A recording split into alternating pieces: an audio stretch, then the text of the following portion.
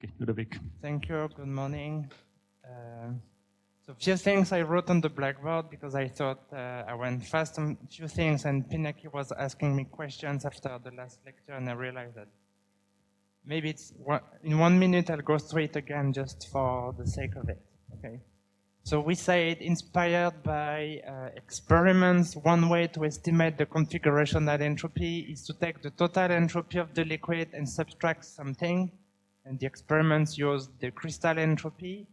And one practical reason for which this is useful for them is when they compare the entropy of the crystal and the one of the liquid, they start from the crystal, they do some heating, and then they come back. And the thermodynamic path that they have in experiments, it's always an equilibrium, and they only cross equilibrium transitions like the melting transition.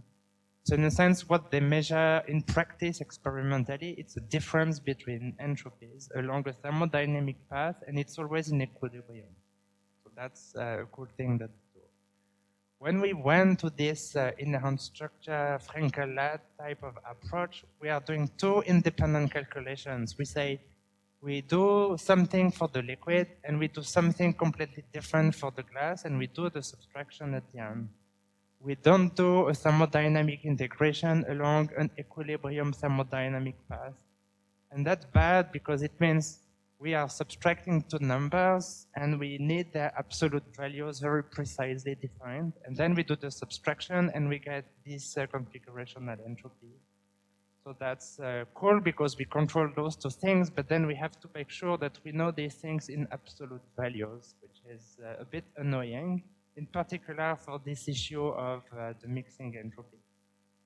So in most of the simulations we do, we don't know the crystal, so we cannot use the path that experimentalists are taking, unless you have a model that's good but not too good glass former that's crystallizing, and maybe you could try and compare all these approaches for measuring the configurational entropy. It's been done once, I think, for water. And I think we have the plan to do this again, just to check again these approximations and comparing simulations to experiments. So the mixing entropy in 1 minute. So what I just said is we need to compute independently those two things. And so what I told you about is that if you look at the total entropy, the entropy of the liquid, because of these combinatorial factors in the ideal gas limit, this factorial n, then you have a mixing entropy term in the liquid. And for an M component mixture, it's finite, but then when you take the limit of a polydispersed system, this number is diverging. So that's for the entropy of the liquid. Then I said, well, based on physical intuition, in the vibrational component of the entropy, if we allow all the exchanges between the particles, just as in the liquid, then you will also get this mixing entropy. So if all the exchanges are permitted in the solid, then when you do the subtraction between this and this term cancels. So if you have a weakly polydispersed systems where everything is exchanging, you don't have a problem with the mixing entropy. Where you have a problem maybe is when you don't allow the exchange between the particles, because then you don't have the combinatorial factors, and this minus this doesn't cancel. So you may have a problem there. So that was the problem. The solution was I described it in physical terms by saying, well, but we know that you always have a little bit of exchange in the glass for the particles that have similar diameters, and you don't have exchange for larger diameters. So it means an effective description of the vibrational entropy in terms of an M star effective mixture with M star finite, even for polydispersed. For continuously polydispersed system should be feasible. I didn't give you the recipe, but I gave you references. But let's assume that you replace your continuously polydispersed system with a 10-component mixture for 1 minute. If you can do this and you can show they are equivalent, then the result is that the mixing entropy, if you go through the calculations, will be expressed like this. You will have this term that is problematic coming from the original system, but then you have this M star term that comes. So that when you do the subtraction with this, you're left with a mixing entropy contribution to the configurational entropy. That is this M star, which is finite.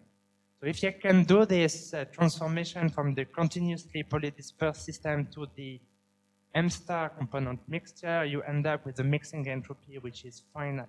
A mixing entropy to the configurational entropy which is finite. And what I've not described again is we have recently shown that it's in fact very easy to measure M star accurately from the simulations themselves, so that for all types of particle size distributions, you apply this method that we have described in this recent paper, and you get a mixing entropy contribution to the configurational entropy always.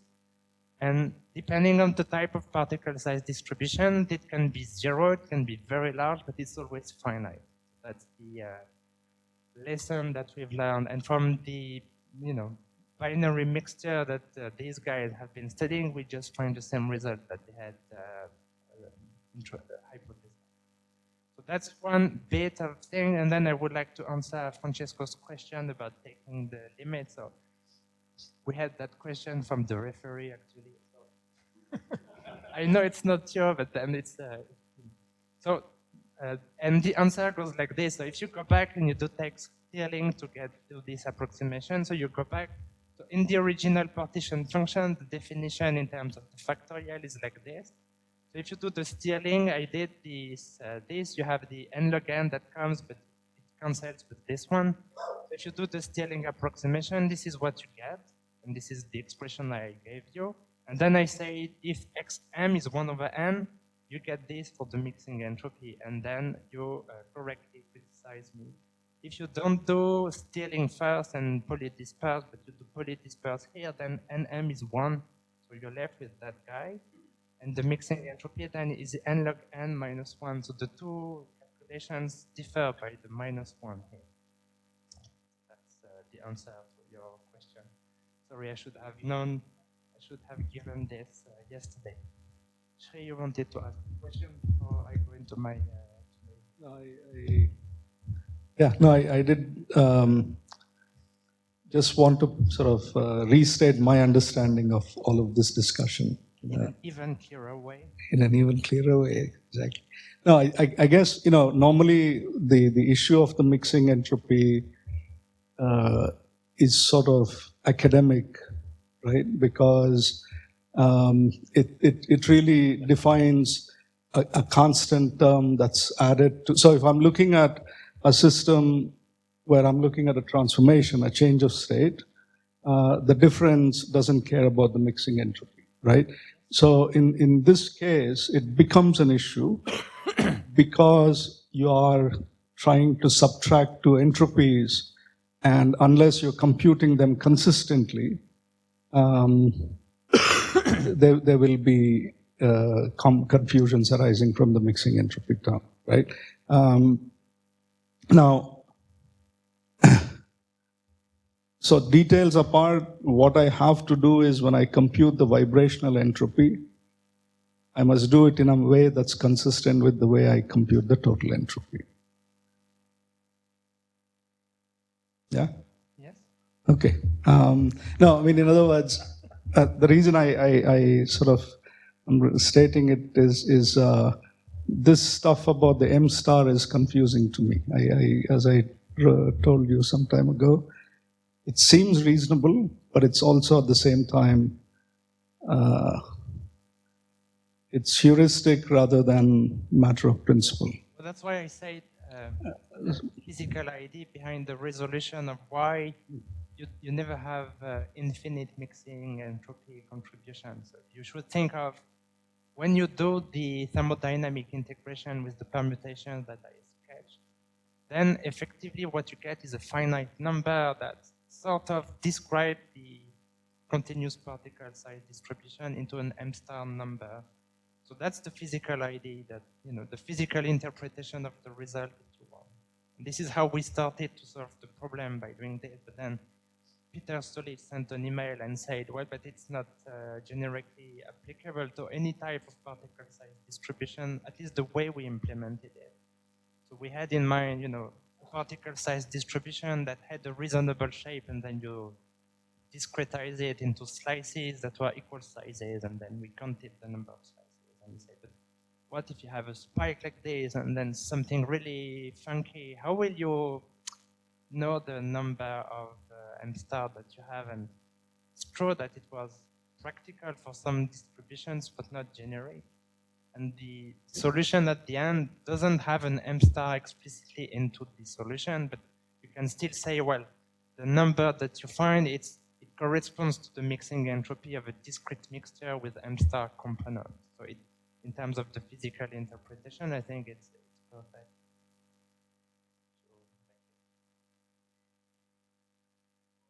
Sorry? Yes? Yes? No, it's not a constant. You have to measure it for all state points, and it comes out of the thermodynamic integration. And to go maybe along your lines, if we use our method or the new method to follow the density or temperature dependence of M star, the numbers match, but the details don't. So it means, you know, the first method it's good, but not perfect. Okay. Okay. So I want to do 3 things in the time I have. So the first thing I want to do, so let me list them so you know the program is, I want to talk a little bit about swap Monte Carlo that has been mentioned several times. I want to talk about the Franz-Parisi potential, and I want to talk a little bit about the point-to-set correlation. So that's 3 small chapters because they have been introduced and discussed many times. So I won't say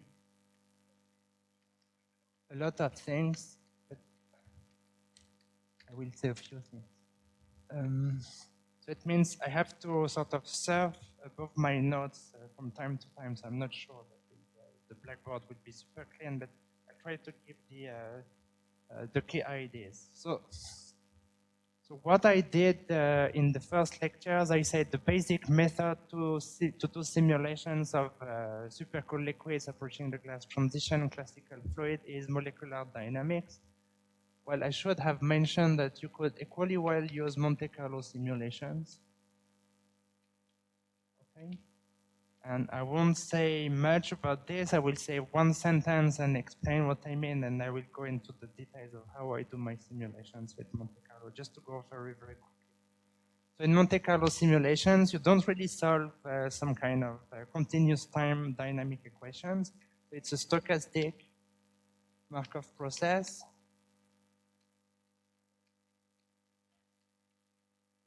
Okay, to efficiently explore the configuration space. And that's to efficiently explore what? Well, to as efficiently as you can explore configuration space.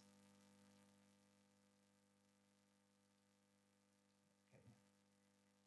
So you don't do integration of anything like the Langevin dynamics or overdamped, underdamped Newton's equation. You just do something much more basic. So the equation of motion, in a sense that you have to think about, is an equation of motion for the probability distribution function of, so the probability to find the system at vector x in a configuration space times t, and this guy obeys the master equation. Okay, so I'll go very, very quickly just to get to my Monte Carlo stuff. So the master equation, again, just to have some kind of formal things on the blackboard, would be an evolution equation for the probability distribution function that you have seen hundreds of times already. So you have transition rates between states, and then this is what the master equation is doing. Okay, so this is the master equation for this. So I want to go quickly to detailed balance as you've guessed. So this is how the distribution evolves.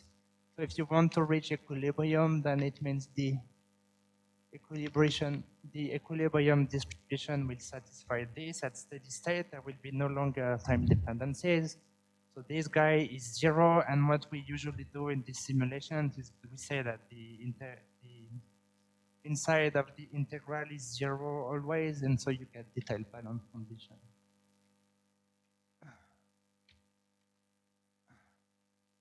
And that is that this number is equal to 0 at equilibrium. So let me put it like this. So it's the ratio of the distribution function. I have to put the right way. Okay, so this is detailed balance, and then for the canonical distribution, this would be minus h of x prime. Okay, so again, the rules of the game, for those of you who don't know, is that if you have any kind of Monte Carlo stochastic process that obeys these rules of detailed balance, so if you have rules such that the transition states base that the ratio of these two guys is consistent with the Boltzmann distribution, then your process is going to give you the equilibrium properties. So how long it takes to go to equilibrium is the question I would like to discuss. That's why I was introducing this concept at the very beginning. So as soon as you have detailed balance, you're good and you can do simulations. So the rules can be very simple. The art of the Monte Carlo simulations is to invent an efficient way of doing them.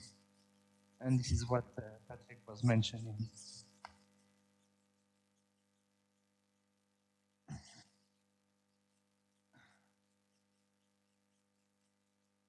Okay, so how do I do Monte Carlo simulation for supercooled liquids? So the ordinary Monte Carlo simulations, as we call it. And this is what people do when they study liquids. I'm very bad. Okay, so what I do is the following. So you have a configuration of your system. So let me call it C at time t. And I've been doing this for years. And the simple way you can invent an exploration of configuration space is you pick one particle at random.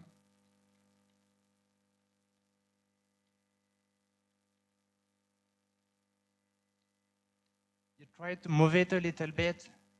So you invent a displacement vector for this particle I. So that's a small translation.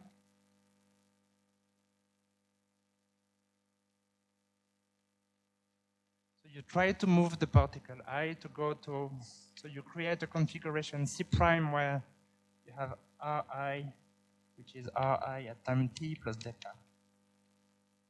You try to do this translation, and then you have a new position for particle I. And then what you do is you compute the energy of the system in the new configuration C prime. You compute the energy of the system in the old configuration C prime. And then you accept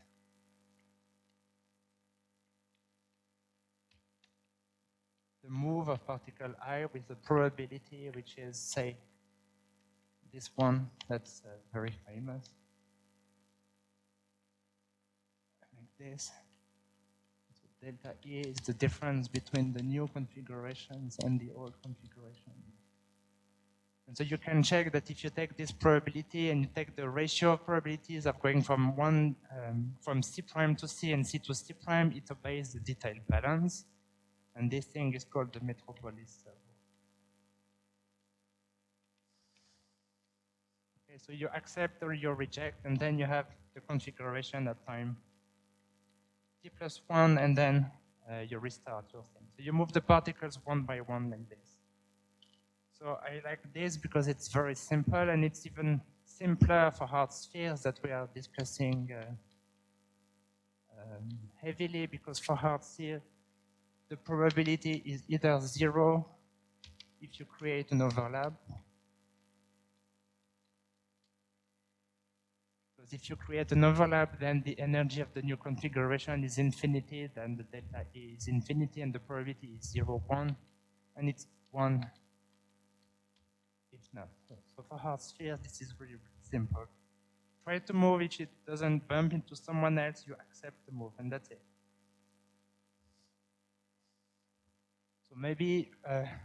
one thing that is specific, so this is true for all Monte Carlo simulation of liquid. One thing that's interesting maybe and that's specific to supercooled liquids is the following, that it's pretty clear that if you look at what you're doing as compared to solving the forces and looking at the molecular dynamics simulations I described, it's totally unphysical the way you do things. Okay, so that's the key. So the dynamics, it's totally unphysical in principle. Okay, you have these rules where you move the particles at random and you have random numbers all over the place. So in principle, the dynamics is unphysical, but the result of this, and it has been studied extensively in the field, is that if you do your Monte Carlo simulations, you look at your time correlation functions that have described, say, the scattering function, out of which you get the relaxation time as a function of the temperature. If you look at those things, then you get extremely similar results to the molecular dynamic simulations.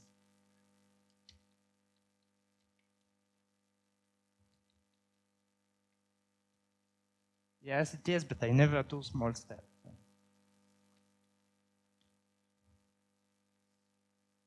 It's true that, of course, if you think 1 second about it, it's so unphysical. It looks a little bit like a Brownian motion. And then it's still, I think, a little bit of a result that the long-time dynamics, if you look at the time decay of correlation functions, the relaxation time, and it's true for Monte Carlo, but it's true in general that if you take one pair potential, a given state point, and you do all kinds of reasonably physical microscopic dynamics, then they all give consistent results, which is a bit of a miracle in one sense. And if you ask yourself why this is a miracle, presumably, well, ask yourself why this is a miracle. And then if you don't find an answer, we can talk about it. So is this a miracle or not? Is a good question. So this is good in a sense because we say we introduce these very simple rules of simple ways of doing simulation. So it's good that you find this equivalence between all the dynamics, because then you can really do this, use this tool of simulations to study glassy dynamics as everybody else, dynamic heterogeneity stuff. So it's a good news. You have a simpler way of doing computer simulation. On the other hand, if you think about it, and if you think about why Monte Carlo simulations may be useful in terms of efficiently exploring phase space, it's bad news. Like you have this efficient tool, but then it's just as slow as everybody else. It's good because it is a bit physical, but it's bad because then it is as slow as the physics, so you haven't gained anything even though you went to an unphysical dynamic. That's one way that I like to think about these simulations. Okay, so because I announced the program, the question I would like to raise now is, can one do better?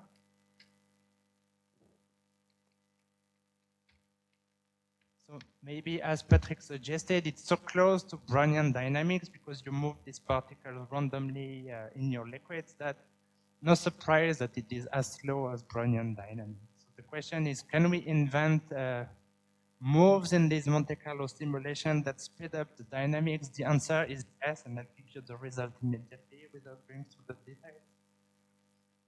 So the one method that has been used in the past few years, it's an old one, as everybody has noticed, but it works extremely well for supercooled liquids. So the sketch of the method is you have your liquids of dense particles, they may be hot spheres, Lennard-Jones, whatever. And as I said several times, I'm polydispersed systems either to crystallization or to make this method even more efficient. So by definition, when I draw circles in the blackboard, they all have a different size, so it's cool. So this is a polydispersed supercooled liquid. So the method that we have used in those recent few years is the following. So we mix two types of move. So we do this translational move that I've described before. So we do this mole translation that I have just described that looks like Brownian motion. So this is one particle at a time.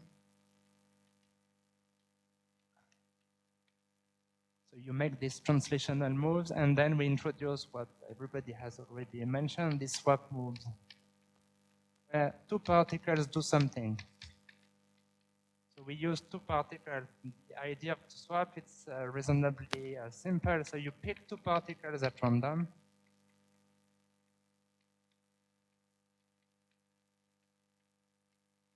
And instead of thinking about changing their positions, you exchange the diameters of the particle.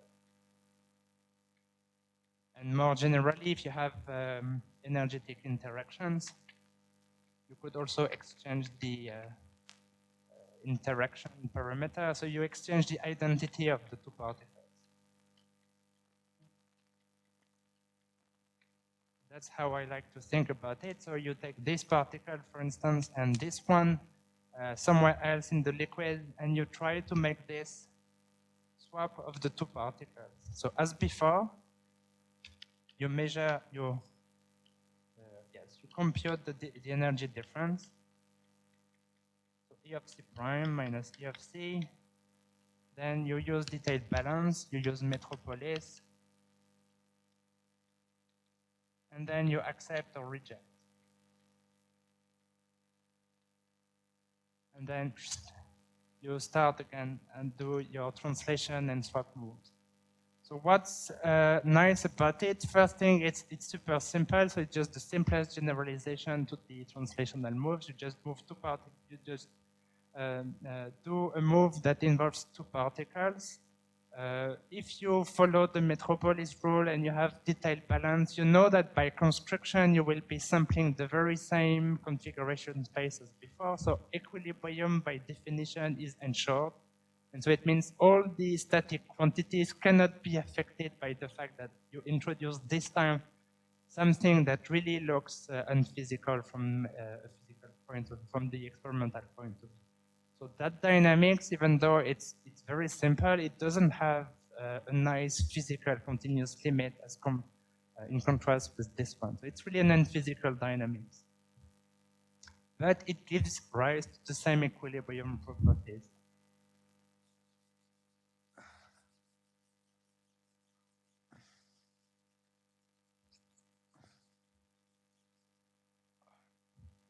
And so because I told you that it was working, so let me give you the result immediately. So how good does it work?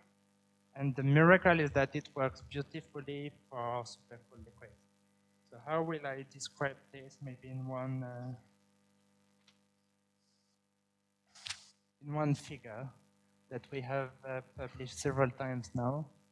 Let's look at the log of the relaxation time, either in normal Monte Carlo dynamics or in a Monte Carlo dynamics where you have introduced swap moves. So I'm going back to this Arrhenius plot that you've seen several times. So I told you what's happening if you have a normal Monte Carlo dynamics. You have this high temperature Arrhenius behavior, and then you have this sharper increase of the relaxation time, this super Arrhenius behavior. So this is what tau would look like if you were to measure time correlation functions and look at how long it takes for the particles to diffuse in an ordinary Monte Carlo simulation. And if this is a simulation, it means that this will be, let me put it like this. So if I rescale by the time where this is starting to shoot up, then this will be 1. At this, what I called it T star, I think I should probably call it tau star. At this onset of slow dynamics, then this guy will be 1.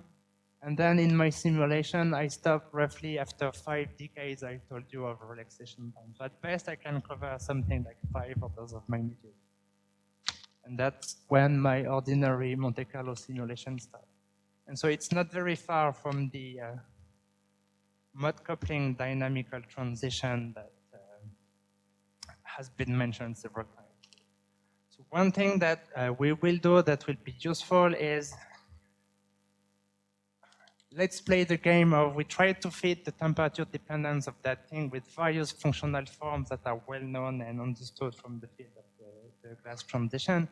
And let's try to extrapolate this to lower temperature. So it's a dangerous game because you extrapolate, but we've realized playing that game that if you extrapolate by a few decades, the various fits give you consistent results. If you want to extrapolate to the age of the universe, then the different fits will be giving you different results. In particular, there is one temperature that we like to think about is the experimental class transition. So I told you this corresponds to about 12 to 13 orders of magnitude of classes slowdown. So if you extrapolate this to 10 to the 13, then you have an estimate from your computer simulations as to where the experimental class transition for molecular liquids would take place. And it turns out that if you play a little bit with the fits,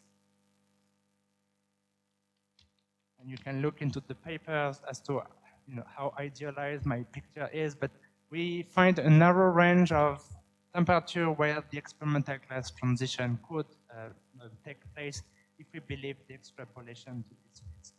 So of course something dramatic could happen here that I have no idea, but because I don't see it and I cannot even start to think about it. So it's a possibility, I have no idea, but I know it exists. And so what we find, and this is the miracle, is that if you now introduce the swap moves and you do these things in your Monte Carlo simulations, then you look at your favorite time correlation functions to extrapolate the relaxation time in the presence of these swap moves.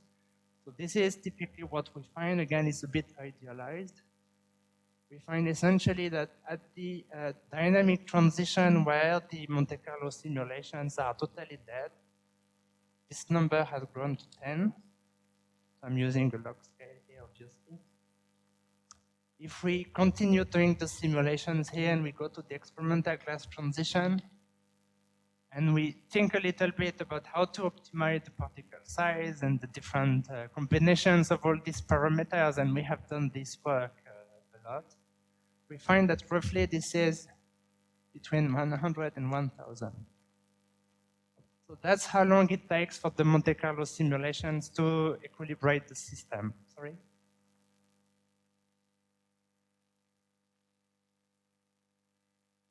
Fictitious. I know it's fictitious, but in many senses. So which one do you want to?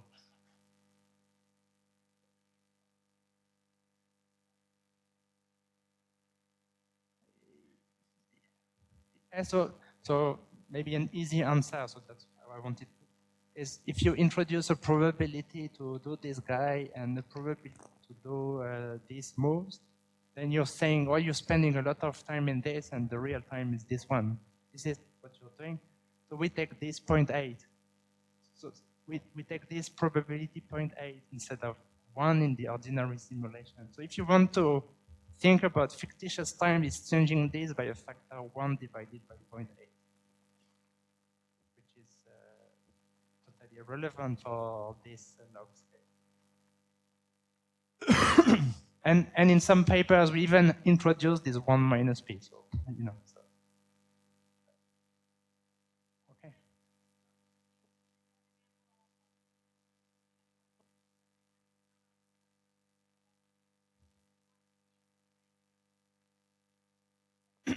Yes and no.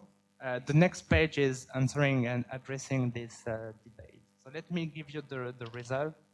So we then push the simulation as low as we can, and there comes a point where, this is 10 to the 5 as well, and this is what the swap time is doing.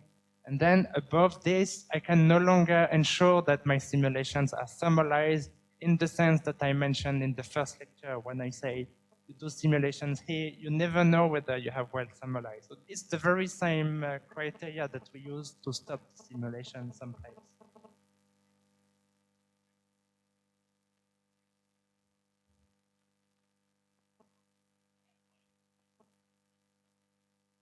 I can repeat the question, don't worry. So you mean here? Well, if I didn't know that I was summarized here, you would never know you would be summarized here because it's the very same test for the very same quantities for the very same system. So if you tell me I'm not summarized here, it means I'm not summarized there and nobody is summarized ever. it's really the same strict criteria with the same physical quantities. So no, you never know for sure, but if you don't know it here, you don't know it for that one. And so no simulation is ever summarized if you want to play this game. That's a forceful. I've had that question so many times that you know, I think we've thought hard and long about this, and we are totally sure that we are summarized for the same reason that we are sure we are summarized here. When it comes to those points and those points, I stop. I don't know. Any other? Thank you. Okay, so this is where this is starting. So this is an idealized version of the swap efficiency. There are systems for which the swap curve is here. There are systems for which it's here. And the art of this game, and this is a large part of what we are trying to do, is to make this summarize at as low temperature as we can. But that's where we have been able to reach in three-dimensional polydispersed systems. And continuous polydispersity has been a key to make these swap Monte Carlo moves efficient. And then when we started to measure this configurational entropy, we have run into these mixing entropy problems. I've inverted, in a sense, the history of these problems because that's a school about entropy. Okay, so in terms of the number, it means that if the relaxation time of the liquid is 10 to the 13 and it's only 10 to the 3 here, it means that the speed up in terms of thermalizing the system, it's at least 10 to the 10. So it's a really huge speed up. So in that sense, Monte Carlo simulations efficiently sample phase space. So the cool thing, of course, is that then you have all this regime of temperature where you can do some kind of equilibrium measurements that were not there before. And this is what the community is working about these days heavily. Of course, it is true that if you ask me, what is the time correlation function for a molecular system close to the experimental class transition, I cannot answer the question because this is an unphysical dynamics. And so this equivalence to molecular dynamics that was there for the ordinary Monte Carlo, it's gone now. So the dynamics has become so unphysical that it's not the real dynamics. And from the dynamical point of view, well, you cannot say anything about these systems because when you return to the physical dynamics, they are stuck. But in terms of the thermodynamic properties, which is the topic of the school, then it's perfect because you can do any kind of thermodynamic measurement you like. So maybe I'll use this to address a little bit Bulbul's question is it like something we've known and discussed? And if you followed a little bit archive this year, things have been heavily debated to answer that question. So I'll spend 5 minutes at most on this debate. Okay, so the idea is, what's the physics behind?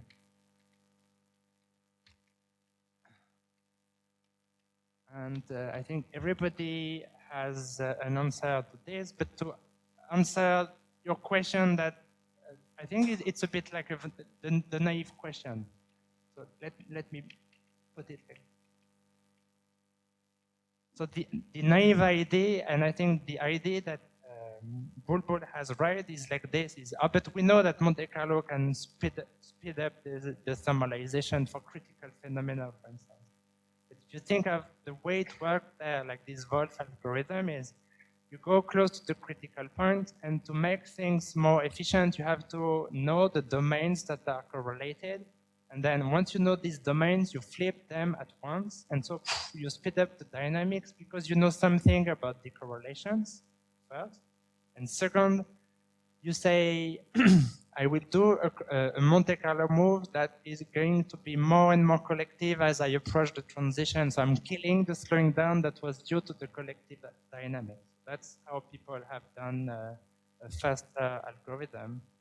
Then if you want to translate this into the context of the class transition, so I mentioned, and I will discuss hopefully the point to set correlation lengths.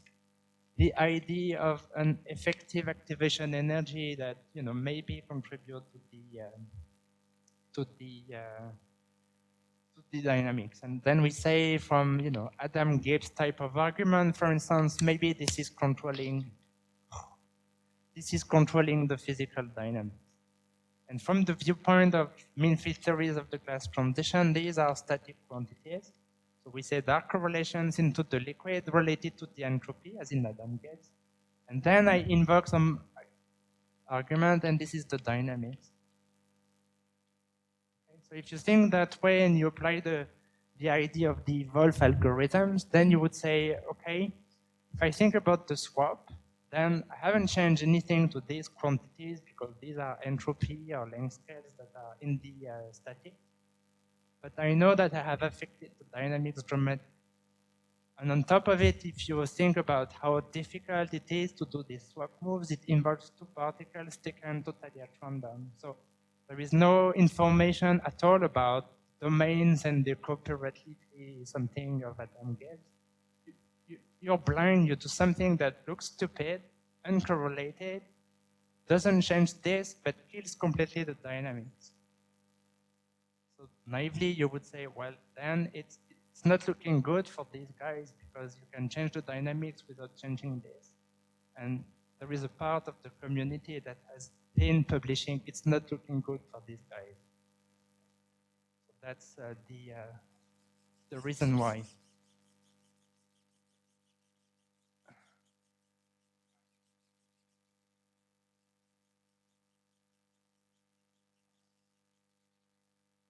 Then the rest of the community thought a bit harder about this problem, and I'm not sure there is a consensus at all. Well, I'm sure there is no consensus. Rather, well, there is a kind of a consensus. I don't know how to do it into in just a few minutes, and I think the idea that most of people agree is that the emergence of metastability is delayed.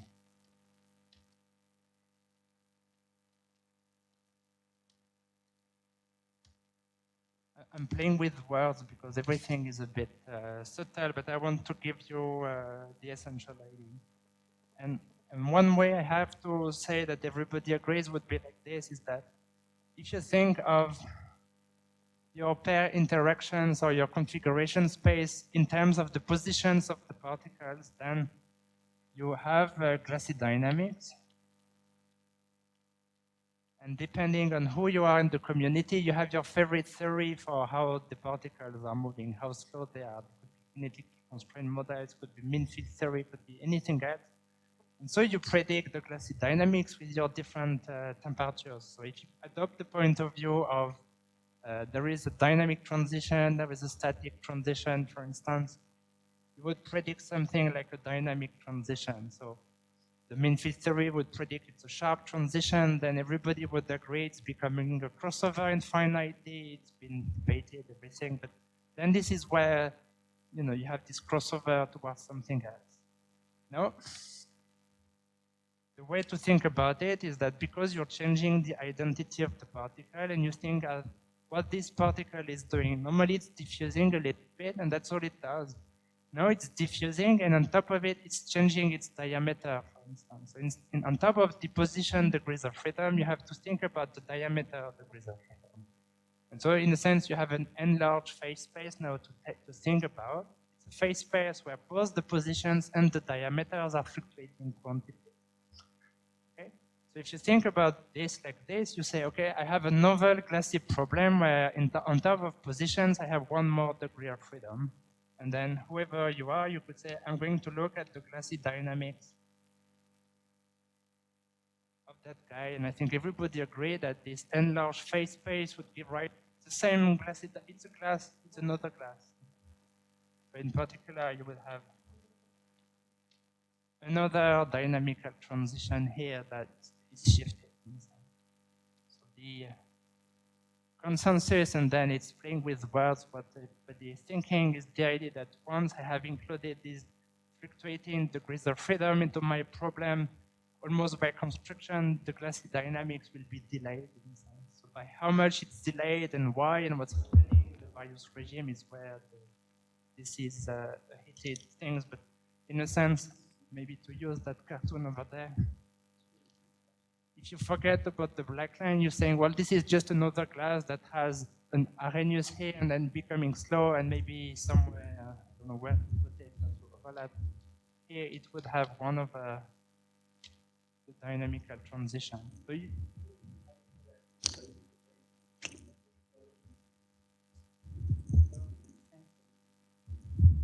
well, I have the mic.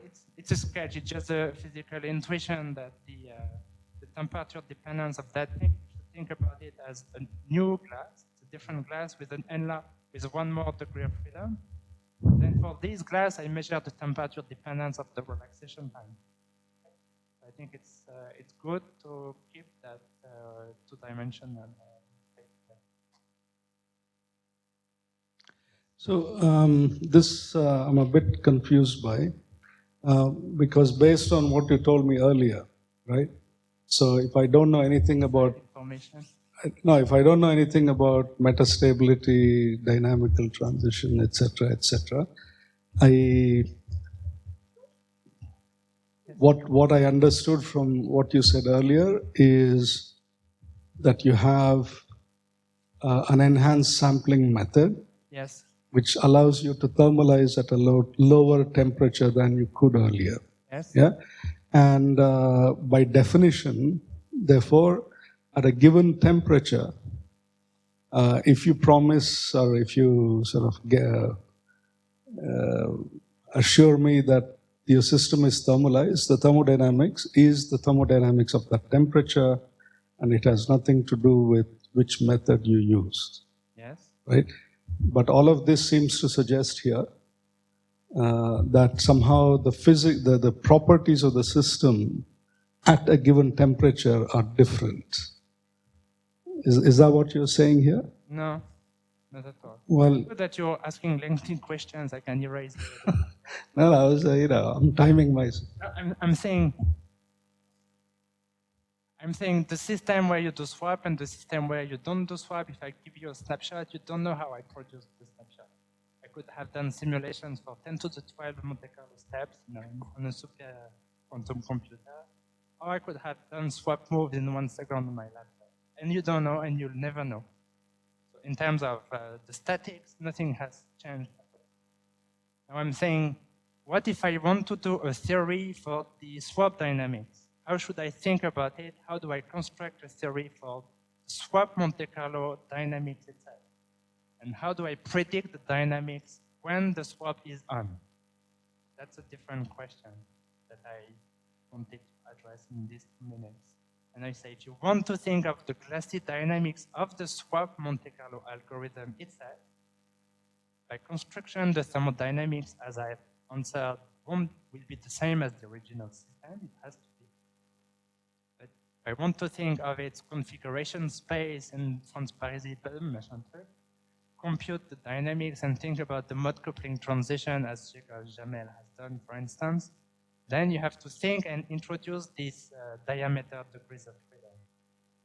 And when you introduce this, you find that the mode coupling transition, for instance, would be delayed. If you are Mathieu and Eden, you will think of mechanical stability that's delayed as well. If you are Francesco, you'll do a replica calculation that's delayed as well. By the introduction of the diameter degrees of freedom to describe the dynamics of the swap algorithm. Dynamics of the swap algorithm. So that's what I want. That's what I wanted to emphasize. If you want to then think about the that I erased. Yes, metastability in the kinetic kinetic sense. And I think the whole point of the non-consensus is what you call metastability. So that's why when I say metastability is delayed, everybody agrees, but not everybody would put the same concept behind it.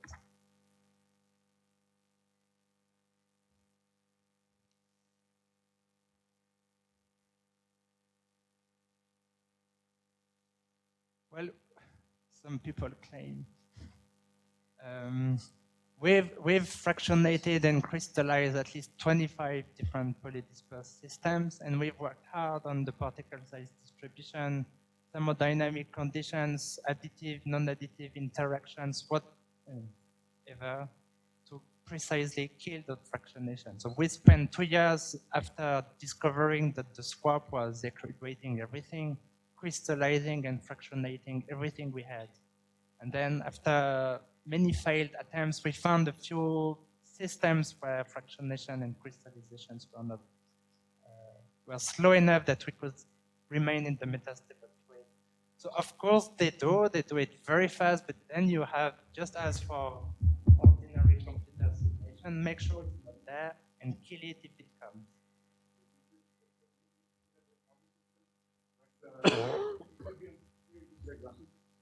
No, the equilibrium is, I mean, again, if you close your eyes and I don't give you the white curve and you look at the swap dynamics and the system, it's a glass former. It has all the problems that I mentioned for ordinary simulations in the first lecture. Hard to thermalize, make sure all the time you're not crystallized, make sure all the time you're not fractionated.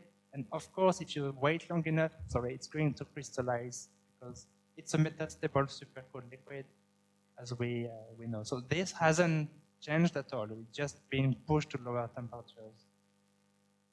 One more question. Yes. We learned in several lectures that the dynamical temperature is the temperature where you start to have a complexity, Yes. which is a thermodynamic property. Yes. How can you change the dynamical temperature? So it all depends what we do in the next 34 minutes. It's a good question. It's the question that I'm trying to avoid answering. So now you have to really enter into the details of what you call complexity, and we run into the problem that I've mentioned 10 times, that we don't know what metastable states are, and we have to decide what we call the complexity and the entropy. Maybe after all, it's true that all these configuration and entropy things are bullshit. They are useless. They are unrelated to the dynamics. And this is one way of thinking about it. And some people think that. Some people are trying to save a little bit the history by arguing a little bit. But this is the question.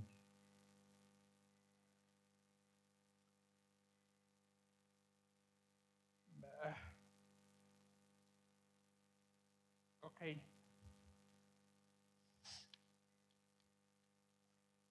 So the good thing is that we have this tool that allow us to do these configuration and entropy measurements down to lower temperature.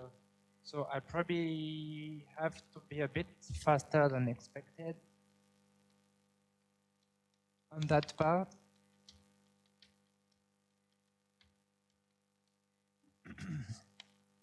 Maybe that part is simple because you've been exposed to it several times. So let me go perhaps as directly as I can to the practical measurement of that quantity that has been sketched 5 times already. Okay. So as has been said many times, it's looking like a lambda of free energy in terms of an order parameter, which is these 2 configuration overlap that we have been seeing before. So if you want to measure that quantity, you have to define the overlaps for 2 configuration. And so try to be very practical here. So you take a reference configuration that you have thermalized, for instance, using swap if you are working at extremely low temperatures. So whatever the method, I give you an equilibrium configuration.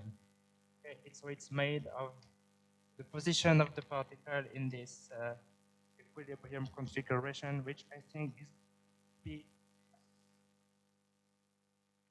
in one line is becoming configuration 1. Yes? What are the numbers with which you can work for the swap? What do you mean the number? For example, if you have binary mixture, what are the typical size ratios for which? I never work with binary mixtures. I hate binary mixtures now. Yeah, type of polydispersity and things. Okay. So binary mixture, I had them to answer your question without the Jorge. If you want the swaps to be accepted, you have to have particles with not too dissimilar particle diameters. Otherwise, as we discussed, if you put a big particle, then it's never accepted. So if you want the swap to be efficient, you have to reduce the size ratio of the particle. If you do this, it's crystallizing immediately. End of the story. So we can't. Ternary mixtures are bad, pentary mixtures are bad. So we went to polydispersed systems. And the thing is, you make the polydispersity large enough to avoid the crystal, and then swap works super efficiently, but boom, you find the crystal that nobody had found before in 1 second. So you make it more polydispersed, it takes a bit more time. And so in 3 dimensions, we had to go to polydispersity 20-23% to avoid fractionation that would arise at 50%, kill the crystal that arises at 15-18%, and be extremely careful with the thing. And that's the type of polydispersity we're using, 20% in 3 dimensions. Patrick and I and the postdoc Patrick are working in larger dimensions. Things get better in larger dimensions, as Patrick mentioned, but in 3 dimensions you have 23. And we put this 23 in 2 dimensions, and it was super robust by accident. We haven't explored as many models in 2 dimensions. Still, this is crystallizing like hell. So we had to invent non-additive interactions between for the pair potentials to kill the crystallization. Then we ran into other ordering processes that we have killed, and we are still killing things as we go. So it's not a simple system at the end, because we want to push this. A good model would be 20%. Well, you can do whatever you like. So you can take 2 particles at random, try to exchange, but the particles that have very dissimilar diameters, the swap moves will be very frequently rejected. So because you are doing Monte Carlo, you can choose how you pick the particles at random. So we pick particles at random within a delta sigma that's not too large. Otherwise, we know the probability will be too slow. So to make things a bit more efficient, we only attempt swap moves between particles that don't have too dissimilar diameters.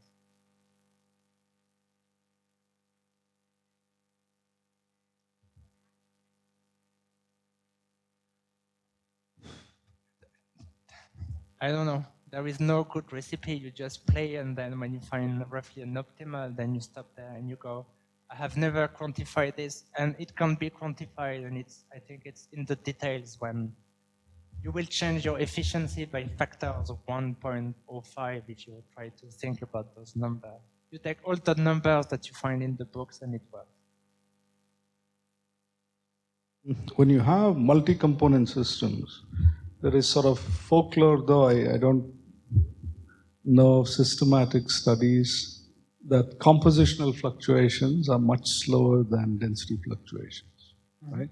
Now, how have you sort of looked at that aspect? How would I even formulate a question about this when you have a polydispersity, continuous polydispersity? So we haven't looked into the detail, but I'm thinking about it heavily in terms of why is this crystallizing so fast, but not for the supercooled liquid itself.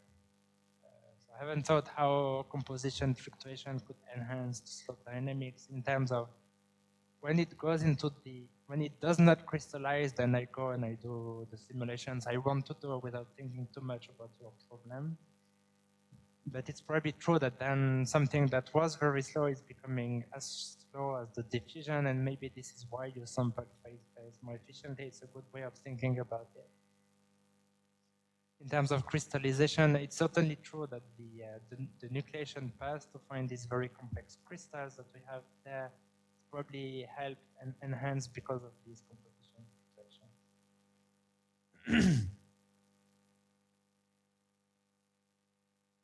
Running into problems in it. No, I'm not begging. I'm just saying. Let me try. So I'll do the Franz-Parisi and probably. So So you take a reference configuration from equilibrium, I said, and you have to construct an overlap and then study the fluctuations of this guy. So you fix this guy, and then you study a second configuration.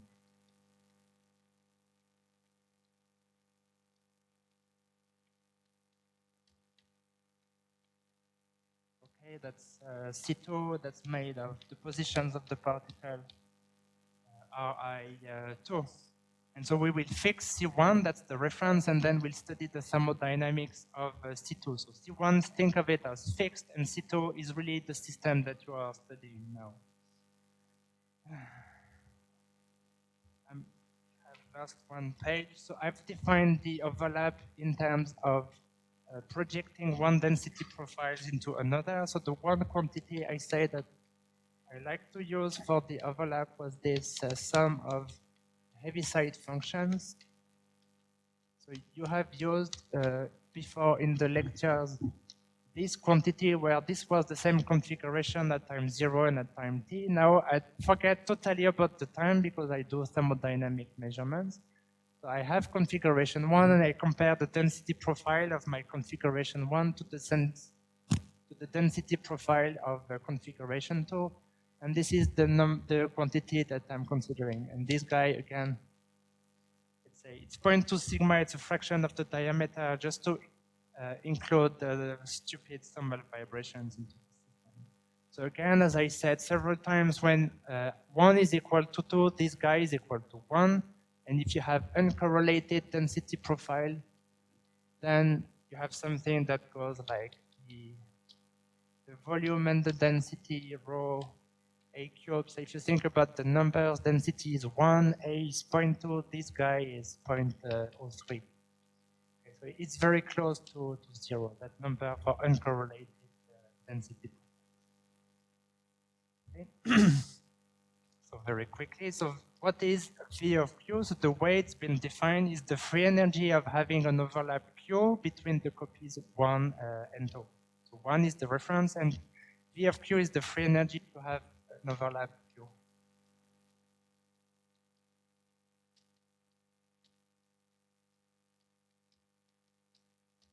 Okay, so we will be talking about doing a measurement of a free energy.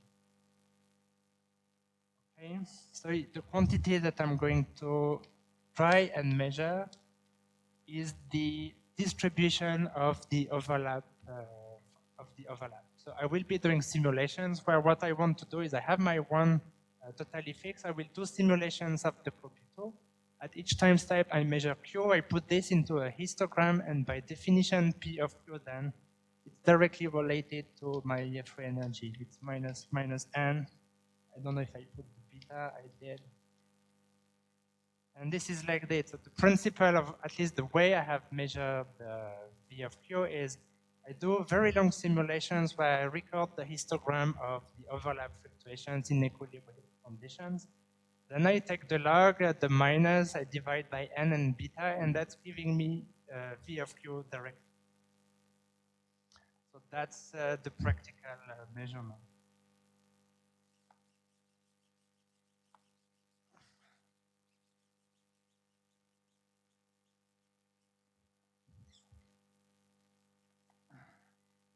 So that's at least the idea of a practical measurement.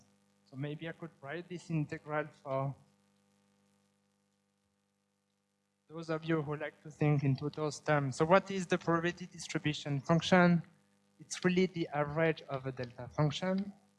So you measure Q12 and you want to build the histogram of this. So you want to do the average of this delta function. So you want to take the average over the equilibrium measure. So this is the Hamiltonian for the Copito. This is the partition function of the Copito. And you want to do an average the R2 like this. So that's the quantity that you want to do. So this thermal average you do again for a fixed configuration 1. So 1 is really fixed, and you do your thermal average by moving the configuration 2 with the same temperature beta. So you want to go into a free energy. So this is the free energy that it costs you to have an overlap Q12 equals equal to Q. And once you have finished all this complicated work of measuring your free energy, you have to perform an average about this guy. So I was sure that I would have not enough space, but then you have to do an average over configuration one, again, sampled from the Boltzmann distribution. And once you've done all of this, you have measured the V of Q. So you do all your simulations at fixed C1, and then you do a disorder average of this reference configuration.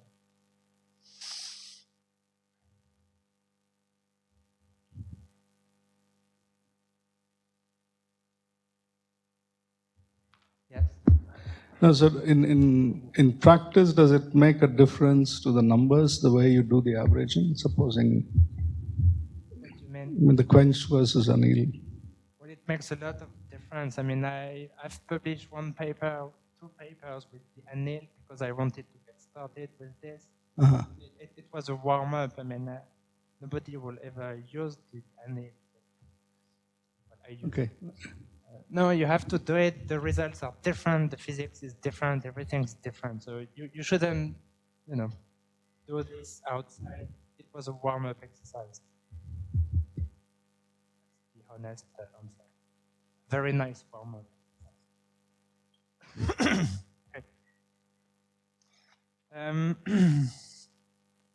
I don't know how to make this thing happen very fast.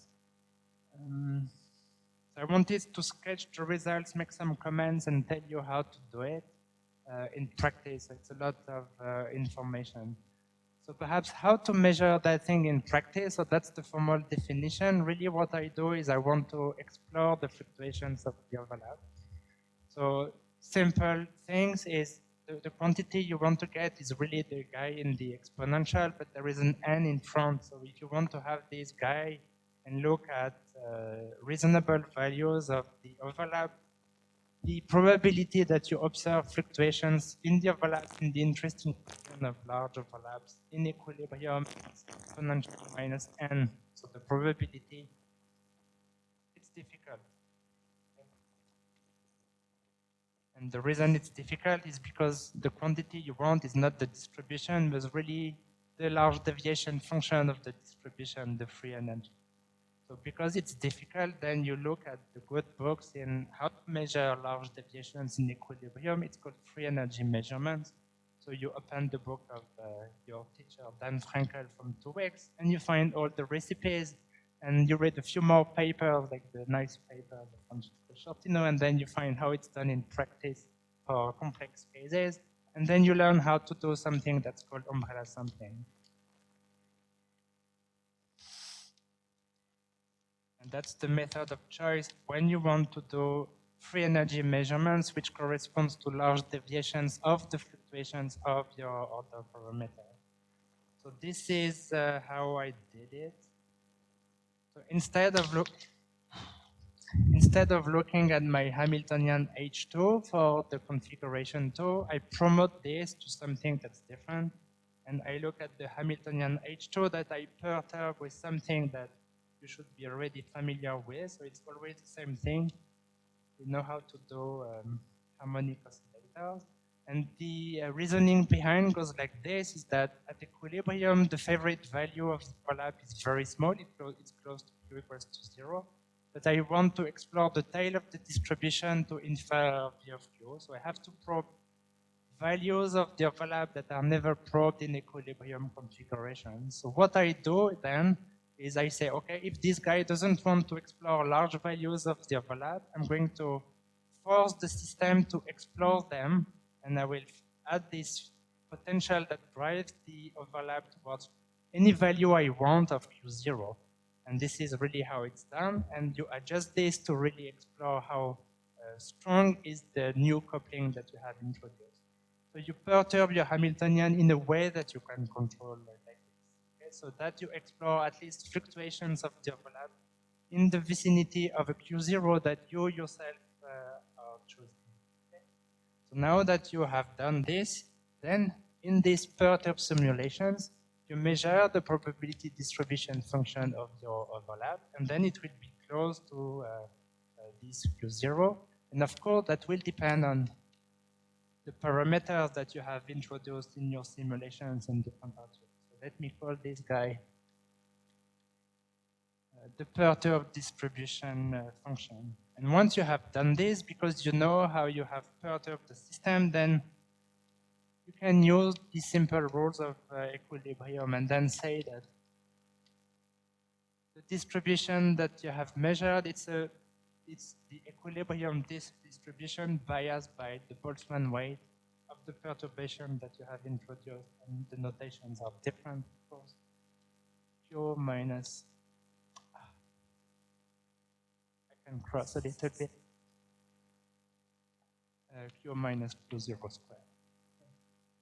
So this is how you had biased the distribution, and then you unbiased it to get back to this distribution.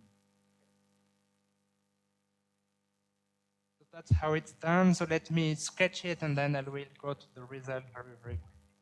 So if you measure, again, P of Q directly, what you'll get, and maybe that would be a log of P of Q, you'll get a nice Gaussian distribution of 5-6 orders of magnitude, close to this very small value that I sketched, 0.03, and then the largest value you'll get maybe 0.05, 0.06, something ridiculously small. I want to reach 1 here.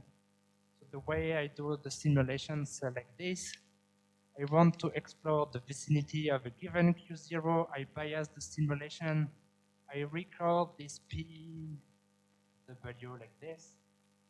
And then if I invert and unbias the simulation up to a prefactor, this guy will transform into something like this.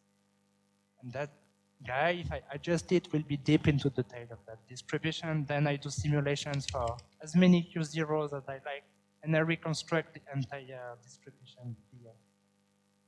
So it's in 2 minutes what you can read in a few more minutes in the books. And this is how, in practice, you would access very unfavorable situations of the overlap. And then you learn the rules about how to read your free energy and everything, and you get finally few simulations. Maybe I should try and switch to the slides, because then I can show you the results and try to speed up the process a little bit. Okay, so you remember the sketches that we've done for the Franz-Parisi potential. It had this nice looking double well form that we wanted to measure. So you go into the simulations, you try to measure this, and you find something that doesn't look like the mean field. Of course, it looks like something like this. And you say, okay, where is the minimum? It's gone. You never see it.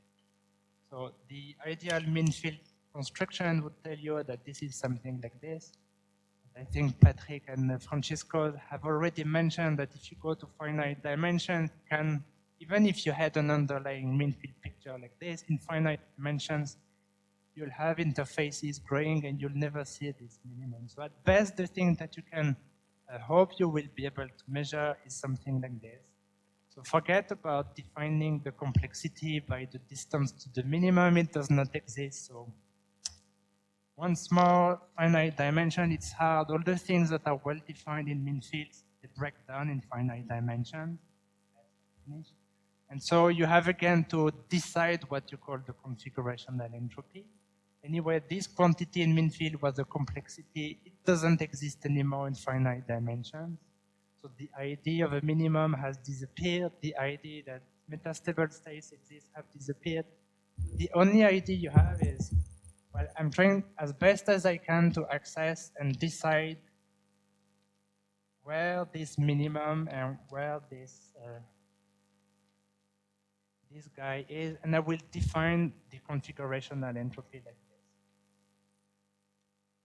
Okay, so what I'm telling you is that nothing of the mean field quantities are well defined. So instead, I decide that for a three-dimensional system, the free energy difference between this point and this point is the configurational entropy. Okay, so that's the delta V. So I'm calling it the configurational entropy. They are like the Maxwell construction. So maybe I should have said this and I will show it into the slide. So I take a step back and I go back for 1 second in mean field. Imagine that you have these two minima. It means this guy is metastable with respect to this one. So you know that if you tilt and you apply a field conjugate to this, you will induce a first order transition. So if you introduce something like this, then you will favor large values of Q and you will induce a first order phase transition in the mean field construction. If you do this in three-dimensional systems, you do find it. It survives the first order transition.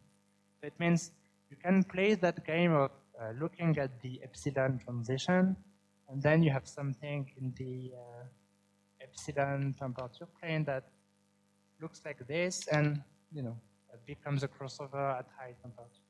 So if you tilt and you induce something, you do find a jump of your order parameter. I'll show you how neat it is. It's not so clean. But at least you find a jump and you see the overlap is jumping from here to here, and this is what I do. I take this value of this guy and then I measure the free energy difference. So in a sense, this epsilon is how much energy you have to induce into the system. So I also take this epsilon at the transition as a good estimate of the configurational entropy, because this is how much I have to tilt this, them equal, and to make the overlap jump.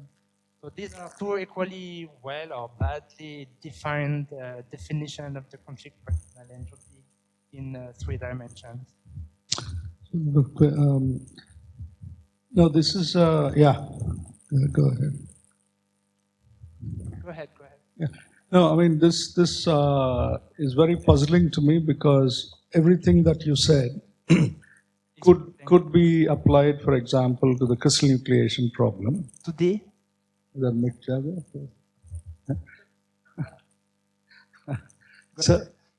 But there you do routinely compute free energy barriers and you compute free energy profiles away from the metastable state where the free energy is increasing. Why should it not happen here? It's mysterious. What should not happen? Why should I not see that here in this calculation? Okay. Yeah. Because if you do this for the case that you like of metastable water, you have something like this, as you take the thermodynamic limit. This is what the Maxwell construction is about. Okay, so that's the discussion I think we had yesterday with Francesco. If you want to follow and look at the pre-atomic you're not looking at the global order parameter, you're looking at the local quantity, which is the nucleus. I'm looking at something different. This is the free energy of the order parameter. So that's the lambda of free energy. It's not the free energy to reach and to nucleate the crystal. It's different. No, but I mean, there is, again, in the crystal nucleation problem, maybe we talk about this later, but let me mention the point. There are good order parameters and bad order parameters. So you can use global order parameters, which sort of give you misleading estimates, but the barrier doesn't go away. So this is something done, of course. The free energy profile that I want to do, it's the barrier goes away. I mean, I've done once a simulation with a very large system, and you do the umbrella sampling, and you look at typical configuration here. It's half large Q, half low Q with a nice interface. So the states here are really looking like an interfacial problem. So this is really like lesson 1 of phase transition in the Canon. It's really the Maxwell construction with relative weight and an interface, and that probably will decay as 1 over L to the 2 thirds. So that's the in that quantity. Okay. What? It's still no. The picture is still there. That's the bin. Okay, so that's the thing I wanted to finish with in a few minutes. So this is a measurement of the Franz-Parisi potential. So you do this many times, you reconstruct your P of Q deep into the tails of the distribution, then you take the log, the minus, divide by n, and this is what you get at the end. So this is the free energy as a function of Q. So as I said, If you do ordinary simulations, you will be stuck there, and then you do all these simulations to access the large overlap fluctuations. Then you repeat this for as many initial reference configuration as you can, and then you do this for a range of packing fractions, and then you get this. And then you run into the problem of defining the minimum of the Franz-Parisi potential here, and you see that it doesn't exist. So if you want to do this, then you have to play the game I mentioned. So you have to introduce this epsilon coupling I mentioned.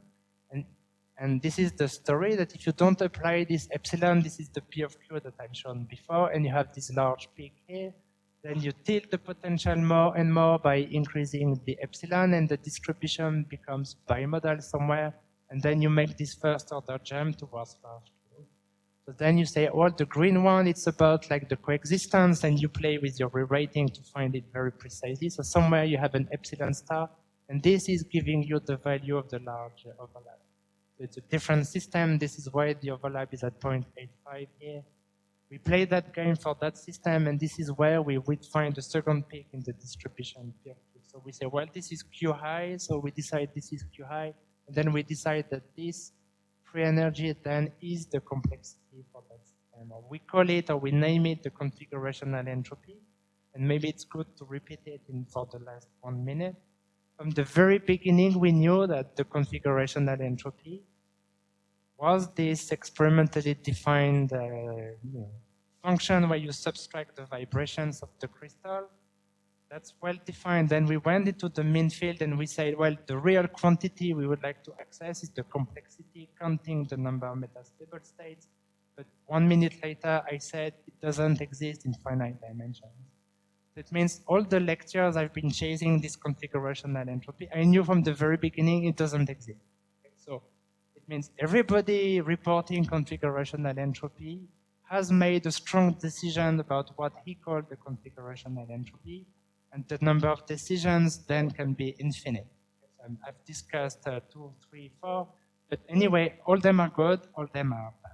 Depends which point of view you have. So this is how we get to this one. So you make this thing. So this is well defined because here you do free energy measurements along a path that you control. So you don't run into the problems of the mixing entropy, absolute values of free energy. You don't care. It's all gone. So it's solving here all the problems immediately. But in terms of telling you how many, the number of things you're counting here, I can't. I'm just telling you this is the free energy to localize the system at a given value of the overlap. And it's a good enough definition of the configurational entropy for me. And the last quantity I wanted to mention is the point to set length that I have discussed a little bit. I wanted to maybe flash this one slide that comes from the measurements in the cavity. So you've been told a little bit about the point to set length. And the one idea, just to finish, to give me 2 minutes, is like this, you're looking at the thermodynamic properties of a supercooled liquid confined in a finite cavity. And the one sentence story is like this, and this is done in 2 dimensions by Patrick's postdoc Shoya. So if you confine your system to very, very small sizes, the particles are essentially stuck, and this is what black means. Means the density profile inside the cavity is totally frozen. The particles cannot rearrange at all. If you make the cavity size larger and larger, the particles get unstuck, and you find many, many different density profiles. If you go to very large cavity sizes, you find the bulk density profiles inside. So the goal of this thing is to decide at which cavity size you start to find many different density profiles compatible with the boundary conditions. As you increase the system at a relatively high temperature, you unlock these things, and somewhere in the middle, you would say there is a crossover distance where things are a bit locked, a bit unlocked, and this is what we call this cavity point to set length state. So for that 2-dimensional system, I really like those snapshots because you go to cavities that are quite large, 6.6, and for reasons I still don't understand, we don't have the large cavity images, but at 6.6 here, the density profiles are still very much confined. So it means the length that was essentially microscopic at the high temperature, it's at least as large as 6 or 7 in this low temperature. So for each temperature, you would start and try to decide when the cavity gets unlocked, and this is the cavity length scale. And I mentioned the argument that I wanted to repeat, that by inferring that length scale and measuring that length scale in some, looking at the density profiles as a function of cavity, you would infer a typical size that is changing with the temperature of the system. You take 1 over these lengths, and that's an estimate of the configurational entropy. That's a real space view of the mean field theory that Francesco has mentioned. And I hope I have this plot. So that's the plot I wanted to arrive to, so this is why I'm rushing a little bit towards it. So that's the plot that we've published 1 year ago that combines everything I've told you about. So this is configurational entropies with an S, and all of them are, of course, again, stupid and wrong, but all of them try to quantify the same idea. So this is inverse pressure because this is a hard sphere system. So the blue curve is the configurational entropy that comes from the inherent structure Frenkel-Ladd approach, where you subtract some vibrations. And this is what you would measure. I've told you very, very briefly to this point to set lengths that you invert to get a configurational entropy. And I mentioned just briefly this delta V free energy measurements from the Franz-Parisi potential and this critical epsilon value that is another estimate of the configurational entropy. So the outcome of this is that you find by construction 4 different types of curves. They all have this sharp as in experiments, decrease of the configurational entropy as you approach the phase transition. One more thing perhaps, because this is the final figure, is this Z0 is the guy that I have called T star all along. This is where slow dynamics enters. This ZC here is the dynamical transition, the mode coupling transition that Patrick has described and Francesco has mentioned in the lectures. This blue box is the sketch for the location of the experimental class transition, estimated roughly by extrapolating the fits. So these curves essentially trace the Kautzmann curves that I have sketched in my first lectures. They have essentially the same type of behavior. And this is a good point, perhaps, to start and take questions. I have some slides, but I'm late.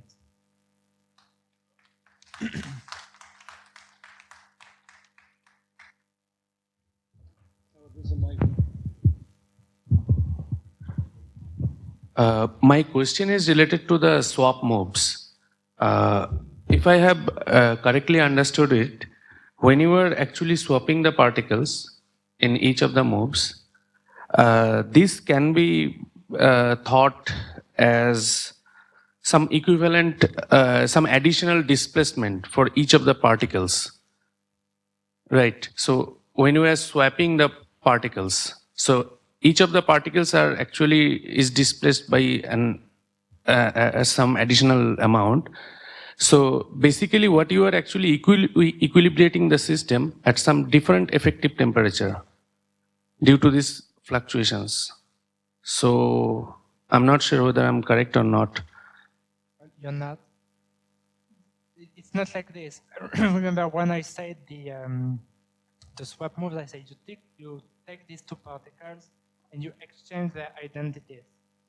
The particles don't move at all in the swap move. It's just that if you had this size before, you become this size after, but at the very same position. I haven't changed the position of this particle, I have changed its diameter. And the rules that I use to accept or reject this change in the diameter obey detailed balance at the same temperature. So it's the very same temperature and the particles don't make big jumps. Great question there.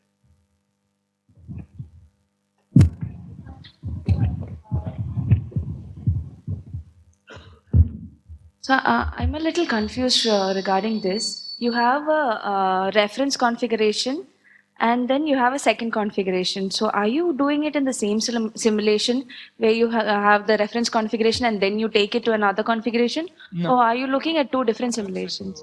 do an ordinary simulations where you prepare a reference equilibrium configuration. So it's a normal simulation here of a liquid. You summarize, you're very careful, and you pick one set of particle positions that you put here. Yeah. You take another set of simulations, you run those simulations, and what you compare is the density profile of this series of simulations to this reference configuration that you have chosen out of a large library. Okay. Now you do simulations and you compare these two Configuration. density profiles via the overlap. Okay. And you do very long simulations of this one, keeping this one fixed. Okay. And then you record the histogram of the overlap between this reference that is fixed and this one that is changing. Once this is done, you have you're satisfied with your distribution. You throw the first one away and you take another one and you do it again. Okay. And you do this many, many times. Okay, so Two simulations with two copies that are independent. One is fixed and the other one is changing as a function of the simulation time. so we do the simulations for a number of reference states, and we keep the same reference state for multiple simulations as well.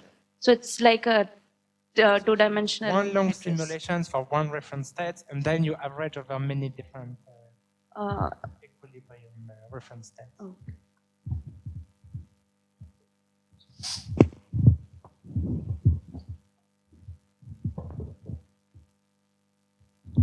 So by doing swap MC, you said that you can thermalize it at very low temperature. So did you see any divergence nature of point to set length scale as you go to the very low temperature? So I mean, you have the answer on the slide for this particular case. So it's really a case where so this guy is 1 over the point to set length. So if you trace how it's decreasing, it's telling you how much it's increasing the point to set length. So divergence, no. I mean, we find that it grows in this particular Hard sphere system by a factor of 2 to 3 at most. We have other systems like soft spheres where it seems the growth is a bit more pronounced, but it's never diverging. And I mean, then you can discuss at length why it's not diverging. If we play the game of trying to see where it's going to diverge, and this is the game that we have played with this dashed line, for instance. You say, when I take the entropy, I look at where the Kasman transition, where everything would blow up, could be if I trust my extrapolations. This is where we find it for this particular extrapolation in this particular system. So our simulations, they stop here. They stop slightly below the experimental class transition. So for this particular example, then you say that this curve, if it vanishes here. But by definition, to see it blow up in the simulations, you would need to have data that really approach 0, such that the inverse is really doing something extraordinary, like going to 10 or 100, or something even larger. So for now, our simulations are there, but even in the optimistic case where, you know, this Kasman transition exists, it has a diverging length associated to it. These simulations are not yet close enough to it to see anything spectacular like a divergence. It's a bit disappointing that you go to TG and the growth is still modest, but then the consequence is that in experimental systems, the length scale that we are talking about will never be super big anyway. So that's all these remarks. Okay, I think we should stop here. Thanks, Ludo, again for this nice lectures. Maybe you can say I'm here all day.